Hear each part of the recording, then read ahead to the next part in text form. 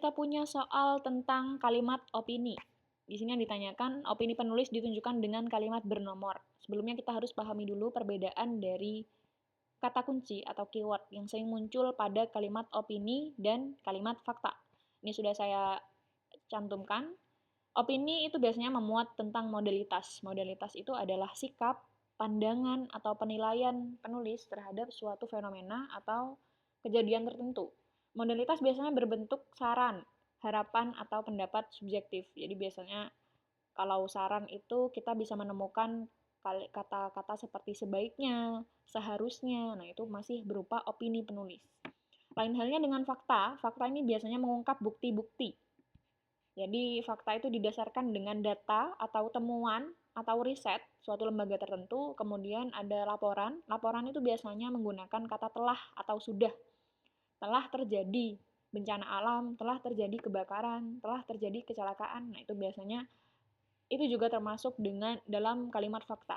Kemudian ada angka pasti. Kapan peristiwa tersebut terjadi, pada tanggal dan tahun berapa, itu termasuk angka pasti, dia merupakan fakta. Kemudian berapa jumlah korban misalnya, itu juga merupakan fakta. Oke, kita lanjut ke teks yang terdapat pada soal. Di sini kita harus cari opini antara kalimat 1, 2, 3, 5, atau 6. 1. Sebagai negara kepulauan terbesar di dunia, Indonesia patut mengkhawatirkan dampak perubahan iklim terhadap kelangsungan pulau-pulau kecil. Nah, di sini ada kata patut. Patut harus kita curigai sebagai modalitas, karena dia merupakan berupa saran ya.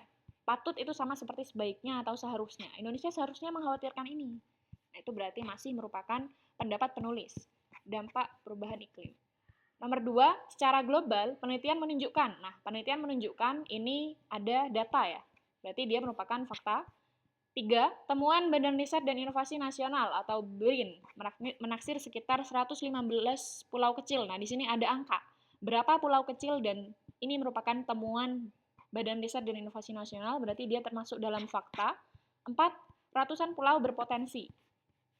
Di sini ada kata berpotensi, biasanya berpotensi ini termasuk dalam opini juga.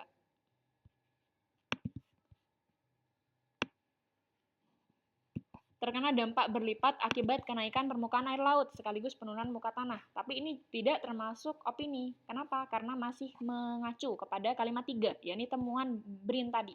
Jadi karena ini masih mengacu pada temuan badan riset, ia tidak termasuk dalam opini.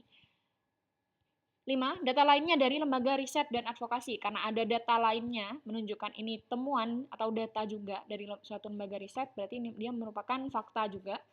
Hal ini disebabkan kemiringan daratan di kawasan pesisir tersebut sangat kecil, yakni 0 sampai 20 derajat. Nah, di sini ada angka termasuk dalam fakta.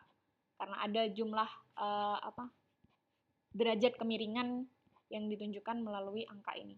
0 sampai 20. Berarti di antara 1, 2, 3, 5, dan 6 yang termasuk sebagai opini adalah kalimat 1.